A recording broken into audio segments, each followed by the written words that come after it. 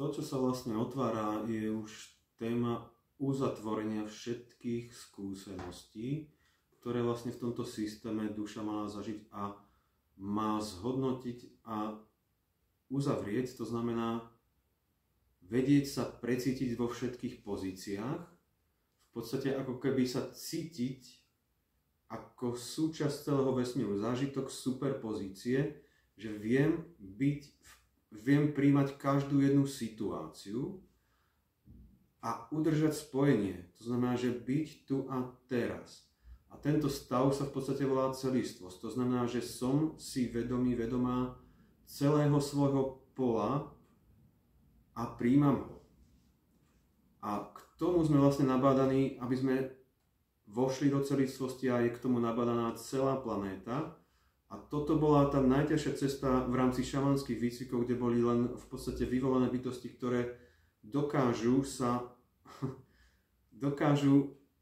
odhodlať sa k slobode, že už majú naozaj pokrk toho utrpiteľstva, ktoré sa tu žia, na ktorom bola vlastne celé vekúce závislosť a bolo to tu zaciklené. A už sa rozhodlo, že dosť končíme. Končíme vlastne s týmto systémom šialenstva, ktoré je úplne prevrátené. Tu sú vlastne prevrátené všetky hodnoty. A to je vlastne aj naša nosná téma, ktorú robíme, tak sme nazvali aj našu stránku celistvosť, lebo o tom to je. Hej, je to práca s viacerými telami, vlastne práca s energetickým telom, následne na to, ako nadväzuje fyzické telo a následne na to realita, alebo všetko so všetkým súvisí. Takže v podstate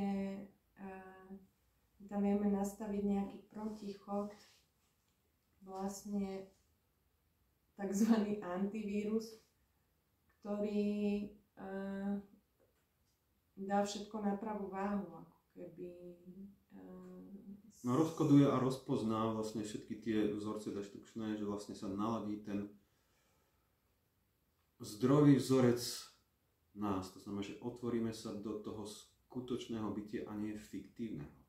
Pretože tu tí ľudia žijú v predstavách, ilúziách a nedokážu čítať to zrkadlenie, že vlastne to je len o nás. To znamená, že niečo v tom svete mi vadí, tak príjmem za to zodpovednosť v sebe, že prečo mi to vadí. A tým pádom to prestanem živiť. To znamená, že keď mi napríklad vadí nejaký niekde politika alebo nejaká situácia, tak ja som ju stvoril. To je až to uvedomenie, že vlastne tým, že mne to vadí, tak ja ju podporujem a podporujem vlastne ten druh vesmíru.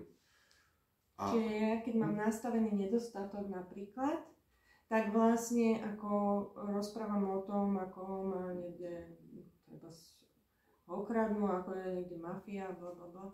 Ale tam si treba zvedomiť, že vlastne keď ja o tom rozprávam, tak ja to tvorím. A ja tú realitu tvorím, ja ju živím a vlastne mne sa to tým pádom deje. Čiže ide tu o to zvedomiť si takéto základné veci.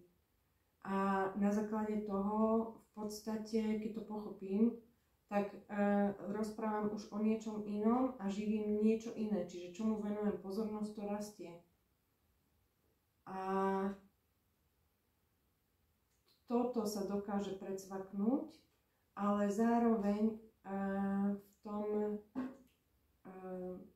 mám zostať v tej realite, pretože keď som obklopený ľuďmi, ktorí mi rozprávajú takéto veci, tak oni ma do toho ako keby vtiahnu automaticky, lebo my sme človek prispôsobivý. Čiže ide o to rozpoznať svoju esenciu, podstatu, ako ten koreň. Tak a hlavne ide o to, aby som si bol sám sebou istý, aby som nepríjmal informácie zo všetkých strán a jednoducho príjmal to, že mi niekto niečo povie, že ja za pár dní zomrem, ja tomu uverím a následne sa to deje. Ale ako náhle ja viem, že som zdravá, tak to telo je tak geniálne, že ono sa dokáže automaticky samo uzdravovať. No je to tak,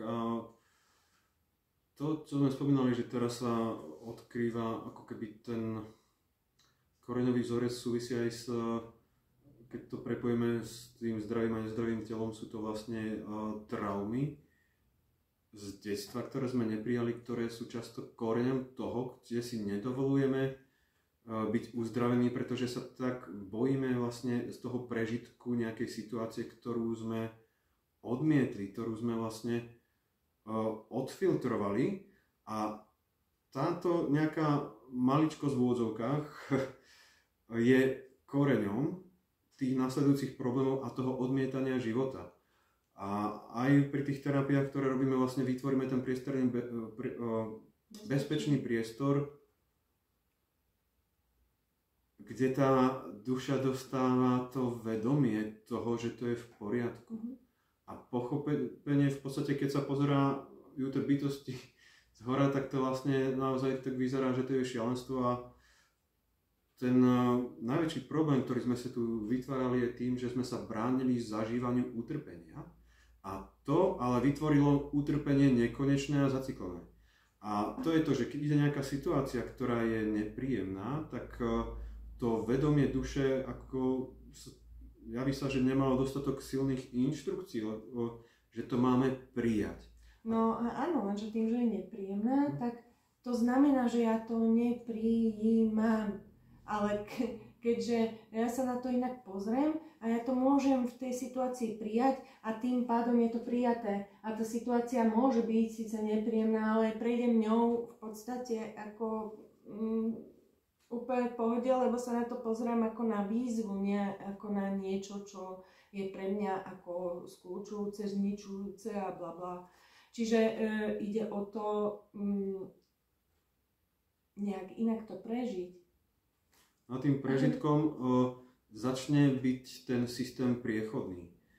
Teraz je taký tlak svetla, že vlastne ako náhle tam je niečo, čo je neprijaté, tak ono to naráža do toho silno to svetlo a dostáva sa silno na povrch, aby sme to videli. Lenže ono to vidno na tom tele, pretože ako náhle ja niečo nepríjmam, tak ono mi to vytvára nejaké zvuky v tele, lebo tam sú nejaké neprirodzené vzťahy a tým pádom v tom tele sa mi niečo vytvorí.